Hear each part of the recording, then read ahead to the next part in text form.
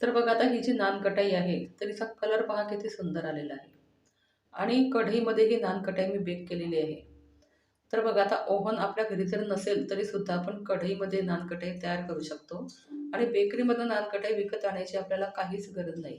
तर घरीसुद्धाच बेकरीसारखीच आपली नानकटाई तयार होते.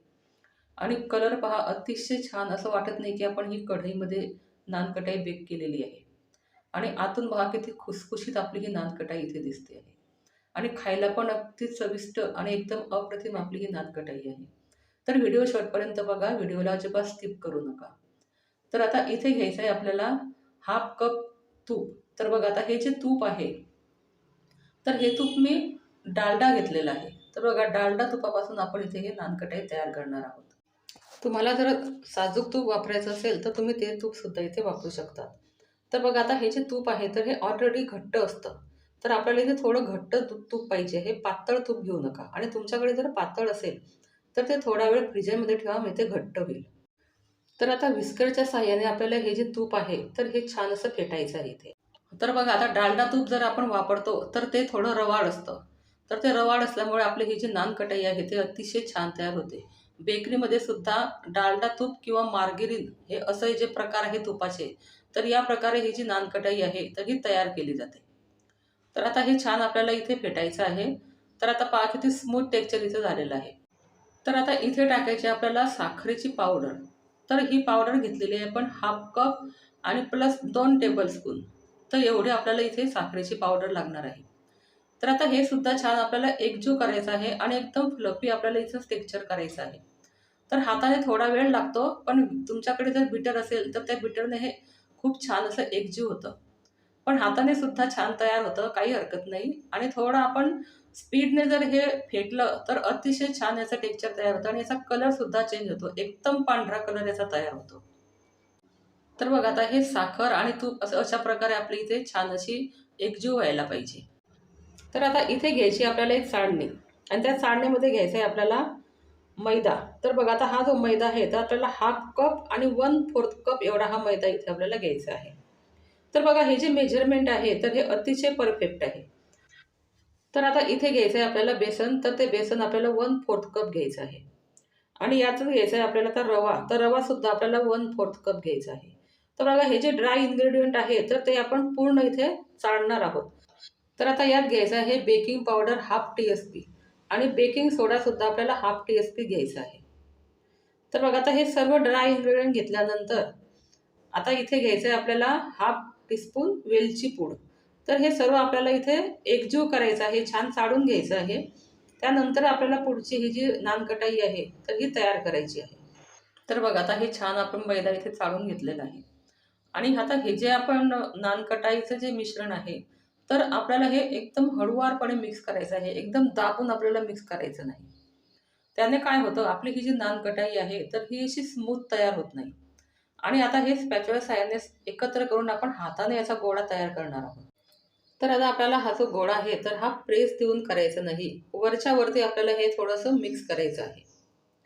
तर याने काय होतं, आपली ही जी नानकटाई आहे तर ही छान अशी फ्लफी तयार होते आणि एकदम मऊ ही आतून तयार होते. त्यामुळे आपला हा जो गोळा आहे तर हा आपल्याला वरच्या वरती असं मिक्स करायचा आहे. तर बघा आता या प्रकारे आपल्याला गोळा इथे तयार करायचा आहे आणि आतून बघा आपला हा गोळा किती स्मूथ असा तयार झालेला आहे. तर आता हा जो गोळा तयार केल्यानंतर आपल्याला 10 मिनिटासाठी याला झाकायचं आहे. म्हणजे आपलं हे जे मिश्रण आहे तर हे छान एकजीव होईल. आणि आता इथे आपल्याला चाळणीमध्ये ही नानकटाई जी आहे ती तयार करायची आहे. तर त्याआधी आपल्याला थोडं इथे चाळणीला तूप लावायचं आहे. म्हणजे आपली ही जी नानकटाई आहे तर ही खाली चिपकणार नाही. तर तुमच्याकडे जर बटर पेपर असेल तर बटर पेपरसुद्धा लावू शकतात. पण नाही लावला तरी चालेल. या प्रकारे जरी तुम्ही नानकटाई बेक केली तरी ती छान अशी तयार होते. तर आपला हा जो गोळा आहे तर हा पण छान असा एकजीव झालेला आहे.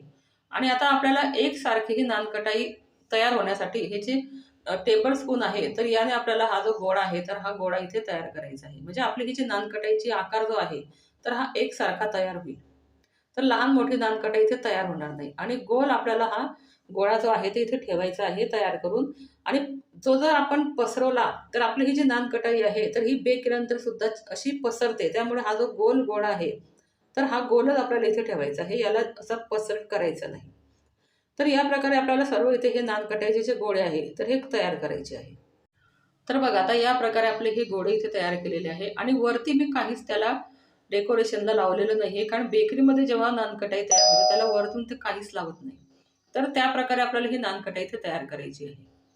तर बघा आता हे जी कढई आहे तर ती सुद्धा मी प्रीहीट करून घेतलेली आहे 10 मिनिटासाठी. आणि या कढईमध्ये आता आपल्याला ही जी चाळणी आहे तर ही चाळणी आपल्याला 15 मिनिटासाठी इथे ठेवायची आहे. तर ही नानकढई आपली 15 मिनिटानंतर आपण चेक करणार आहोत की ही कशा प्रकारे तयार झालेली आहे. तोपर्यंत आपल्याला हे झाकण जे आहे तर ते काढायचं नाही. 15 मिनिटानंतर आपण बघणार आहोत. तर बघा आता हे जी नानकटाई आहे तर हे 15 मिनिटानंतर मी बाहेर काढलेली आहे आणि पहा ती अशी एकमेकांना चिपकली आहे, म्हणजे ती पसरलेली आहे. तर अशी जी नानकटाई आहे तर ती अतिशय मऊ तयार होते आणि जी पसरत नाही तर ती कडक तयार होते.